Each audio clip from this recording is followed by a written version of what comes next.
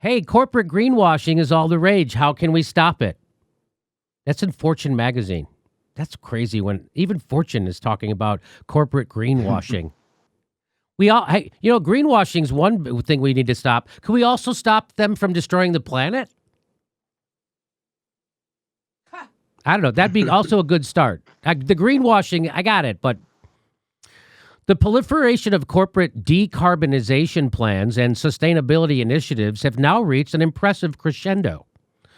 Regrettably, the same can also be said of greenwashing, which is when a business presents itself as environmentally friendly in an attempt to obscure its current practices that are harmful to the environment. See Amazon, Walmart, Starbucks, pretty much every big U.S. company. Mm-hmm. Speaking of greenwashing, the Democrats did it. What are you talking about? Fracking is green. Official says feds won't shut down the Dakota Access Pipeline. That's a report. In a meeting with members of Biden's staff earlier this year, we were told that this new administration wanted to get this right. Unfortunately, this reported update from the U.S. Army Corps of Engineers shows it has chosen to ignore our pleas to stick on the wrong path, said Standing Rock Sioux Tribe Chairman Mike Faith.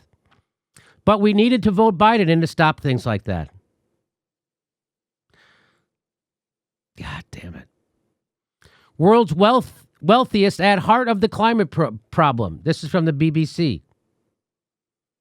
Who could have seen that coming, that the world's wealthiest are at the heart of the climate problem? A new report says the world's wealthiest 1% produce double the combined carbon emissions of the poorest 50%.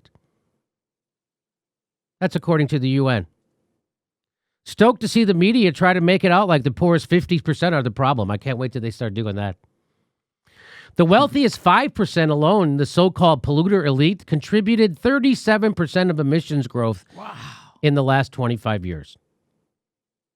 Wow. Howard Schultz would appreciate it if you would please refer to them as people of pollution.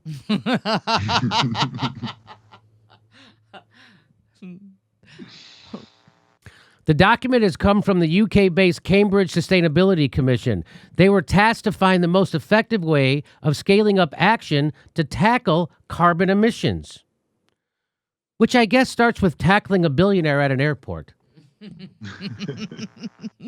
Are you kidding? Billionaires aren't at airports. Jimmy, they have their own private jets and yachts. Right. They can just sail off and wait out the pandemic. Well, Justin, Professor Peter Newell from Sussex University says the polluting elites contribute by far more than their share of carbon emissions. And this study didn't even dive into the effects of them smelling their own farts. These are people who fly the most, drive the biggest cars most, and live in the biggest homes, which they can easily afford to heat, so they tend not to worry if they're well insulated or not. They're also the sort of people who could really afford good insulation and solar panels if they wanted to. They could be part of the solution, but would much rather be part of the problem, is what they're saying. Existing political structures allowed wealthy firms and individuals to lobby against necessary changes in society that might erode the lifestyles of the rich. That's not the frickin' paragraph of the century right there. Okay. I mean, you could apply that to frickin' everything. Existing political structures allowed wealthy firms and individuals to lobby against necessary. So our corrupt political landscape, our completely bought and sold political corporate oligarchy allowed wealthy firms and individuals to lobby against necessary changes in society that might erode the lifestyles of the rich. That is the paragraph to end all paragraphs. That's a paragraph for our time right there. That's it.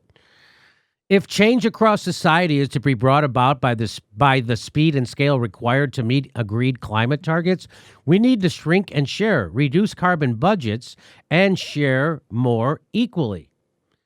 Hey, Exxon's plan for surging carbon emissions revealed in leaked documents.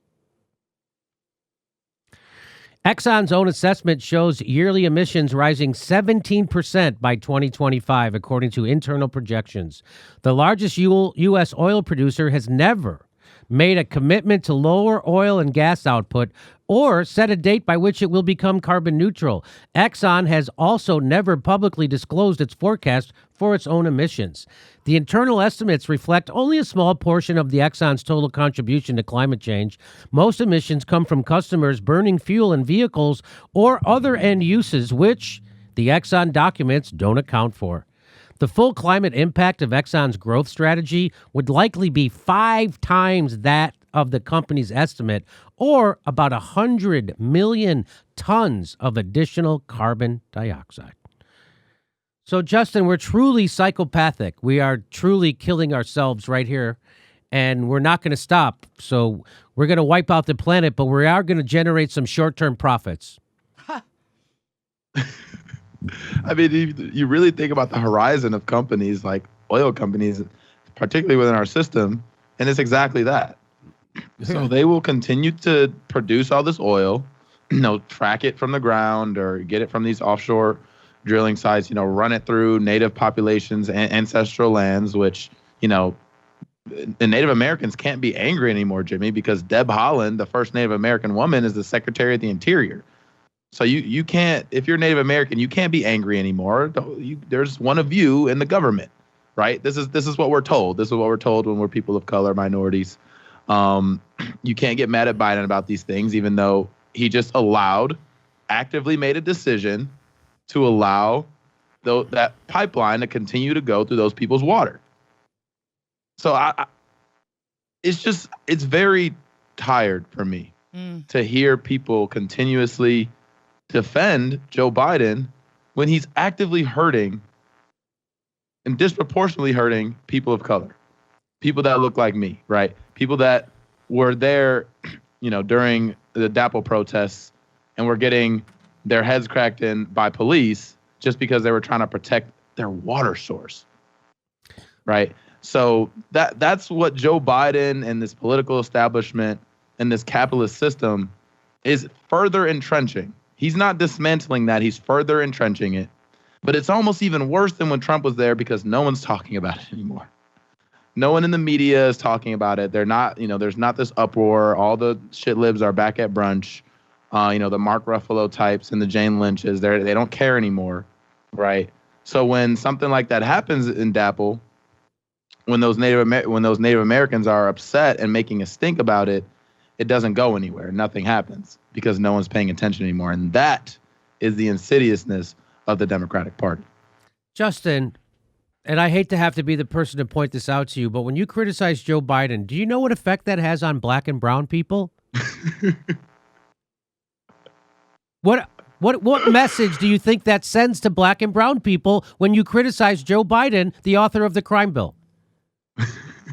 The one who's eulogized a literal segregationist. That's right. What message do you think it sends to black and brown people? That's AOC's question for you. My message is that when we criticize Joe Biden, the message it sends to black and brown people is that we will advocate for them no matter who is in the office. That's what that message it sends. And the message AOC is sending is shut up. Shut up. Stop agitating for change. Shut up. Well, I ain't going to shut up. Are you going to shut up, Justin? Oh, absolutely not. Absolutely not. Hey, everybody, this is the part where I tell you where all our live shows are, but there aren't any. And then this is why I tell you to join our premium program and get extra content, but nobody's got a fucking job. So just enjoy the video.